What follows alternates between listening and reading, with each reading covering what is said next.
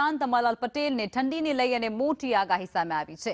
રાજ્યમાં 23 ઓક્ટોબરથી ઠંડી અનુભવાશે, જેમાં 23 ઓક્ટોબરથી ઠંડા પવનો ફૂંકાવાની શક્યતા છે।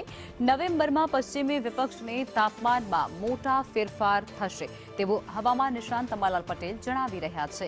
22 ડિસેમ્બરથી જ હાડ થીજવતી ઠંડી પડવાની શરૂ થઈ જશે।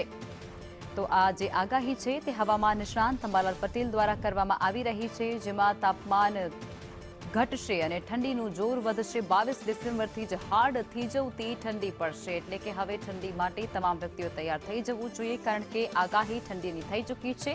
હવામાન નિષ્ણાંત અંબાલાલ પટેલ દ્વારા આ ખાસ આગાહી અને મોટી આગાહી વ્યક્ત થઈ છે, જેમાં રાજ્યમાં કુલ 23 ઓક્ટોબરથી જ ઠંડીની શરૂઆત થશે। ઠંડીની ચમકારો 23 ઓક્ટોબરથી આવવાની શક્યતા રહેશે।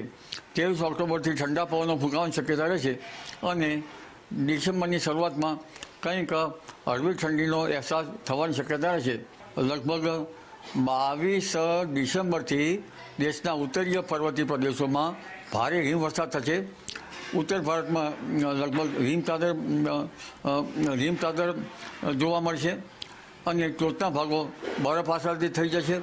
આ અરસામાં ગાત્રો થીજવતી ઠંડી પડવાની શક્યતા રહેશે અને આ ઠંડી લાંબી ચાલવાની શક્યતા રહેશે।